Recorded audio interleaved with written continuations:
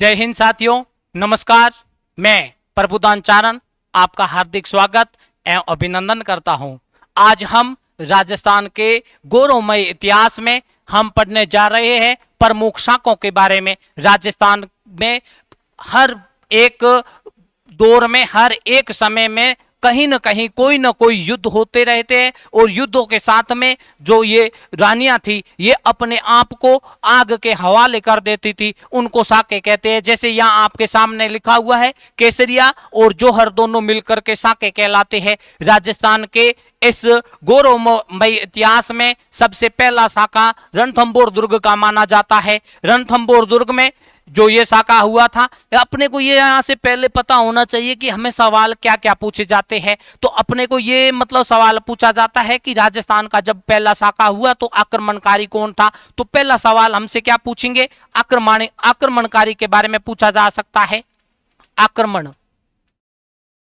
आक्रमणकारी के बारे में पूछा जा सकता है कि भाई आक्रमण किया किसने था। फिर दूसरा सवाल हमसे पूछा जाएगा कि जो आक्रमण किया उस समय वहां का शासक कौन था। शासक, ध्यान रखना, यहां पर शासक के साथ में यह भी पूछा जा सकता है कि केसरिया किसने किया था। केसरिया। तीसरा हमसे सवाल पूछेंगे कि जौहर किसने किया।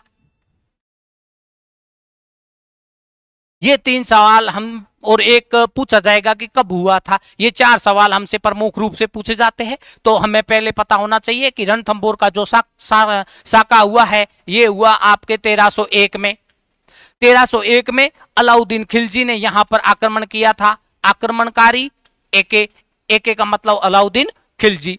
यहां पर जो शासक थे जिसको इतिहास में हट्टी शासक के नाम से जाना जाता है। अब आप समझ गए होंगे कि इतिहास में हट्टी शासक किसको कहते हैं। हट्टी शासक हमीर देव चौहान को कहते हैं। हमीर देव चौहान। अब आपको यह पता होगा कि भाई ये अलाउद्दीन खिलजी ने यह आक्रमण किया क्यों था। आप सबको पता है क्योंकि जो ये अलाउद्दीन खिलजी का विद्रोही सेनापति था उनको हमीर देव चौहान ने अपने यहां पर शरण दे रखी थी। इसके अलावा और भी छोटे मोटे कोई कारण माने जाते हैं, पर प्रमुख रूप से कारण ये माना जाता है। अब यहां पर जो जौहर हुआ था, जौहर किया था जिसका नाम था रंग देवी। रंग देवी भी कहते हैं या रंगा देवी भी कहते हैं, ध्यान रखना। रंगा देवी। रंगा देवी के साथ में ध्यान रखना हमीर देव की पुत्री थी जिसका नाम था पेमल दे। पेमल दे इन्होंने यहां पर साका किया था। और इसके बाद में राजस्थान का जो दूसरा साका है, चित्तौड़ का प्रथम साका। अब आप बहुत अच्छी तरह से पहचान गए होंगे कि चित्तौड़ में 3 साके हुए थे। 3 में पहला साका हुआ था वो हुआ था 1303 में। सुनो कहानी जौहर कुंड की, आज तुम्हें बतलाने आया हूं, तिल तिल करके जली रानियां, वो मज्जर दौर सुनाने आया हूं। तो वो तिल तिल करके जो यहां पर एक नहीं 1600 रानियां ने जौहर किया था। जी हां। तो जो ये चित्तौड़ का प्रथम शाखा है ये हुआ कब था, तो आपको पता है 1303 में। आक्रमण किसने किया था, अलाउद्दीन खिलजी ने। यहां के शासक कौन थे, रतन सिंह। ये ध्यान रखना, रतन सिंह के साथ में इनके 2 सेनापति थे जिनका नाम था गोरा और बादल। ये सवाल अपने से कई बार पूछा जाता है, गोरा व बादल। यहां पर जौहर किया था पद्मिनी ने। पद्मिनी ने यहां जौहर किया था। इसके अलावा जो राजस्थान का तीसरा शाखा है वो शाखा आपके सिवाना दुर्ग का माना जाता है। सिवाना में जो 1308 में आक्रमण किया था अलाउद्दीन खिलजी ने। यहां के शासक थे सातल देव। और यहां पर जौहर किया था जिसका नाम था मैणा दे। मैणा दे।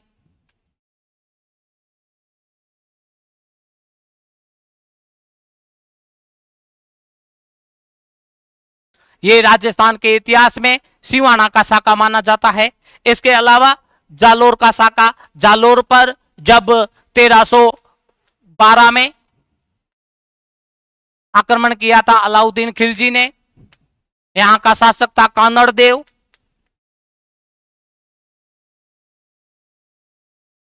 और यहां जो जोहर किया था जिसका नाम था जेतल दे। ये जालोर का शाखा माना जाता है। इसके अलावा जैसलमेर का शाखा एक और आता है। जैसलमेर का शाखा, जैसलमेर वैसे आप सब जानते हो 2.5 शाखों के लिए प्रसिद्ध है। जैसलमेर का जो शाखा था ये जो हुआ था ये हुआ था 1313 में। आक्रमण किया था अलाउद्दीन खिलजी ने। यहां का शासक था मूलराज। और ये ध्यान रखना कि जैसलमेर के इतिहास में जौहर का आज दिन तक मतलब किसने किया था वो इतिहास हमें नहीं मिलता है।